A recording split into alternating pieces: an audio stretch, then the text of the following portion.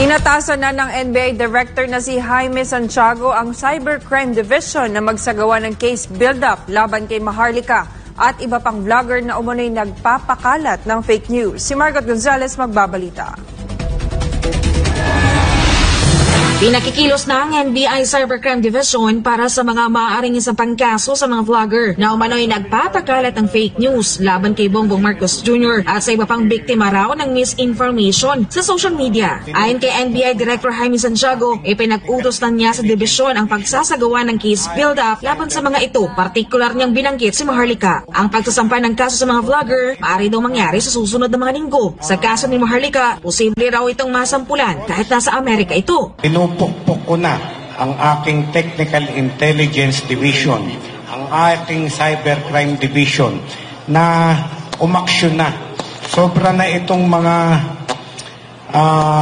yung trolls, sobra na, kabastusan ng pinagkagagawa. Meron isa, tutumbukin ko, yung Maharlika. Nandun siya sa Amerika, tira ng tira.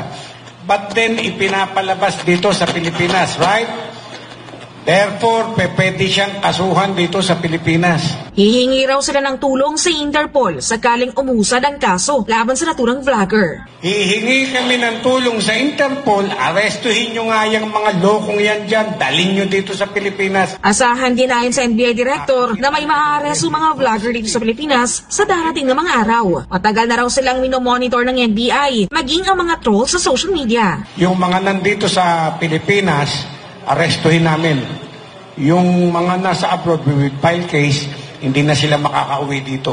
Hindi sila makakadalaw sa pamilya nila. Pagdating pa lang sa NAIA, aarestuhin na namin sila. Samantala, nag-iingat naman ngayon ang NBI sa anumang banta ng cyber attack sa kanilang sistema. Makikipagpulong daw ito sa mga kaukulang ehensya.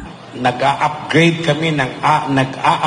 kami ng capability namin with respect to cybercrimes. Remember, mga kasama, ang crime ngayon ay cybercrime na.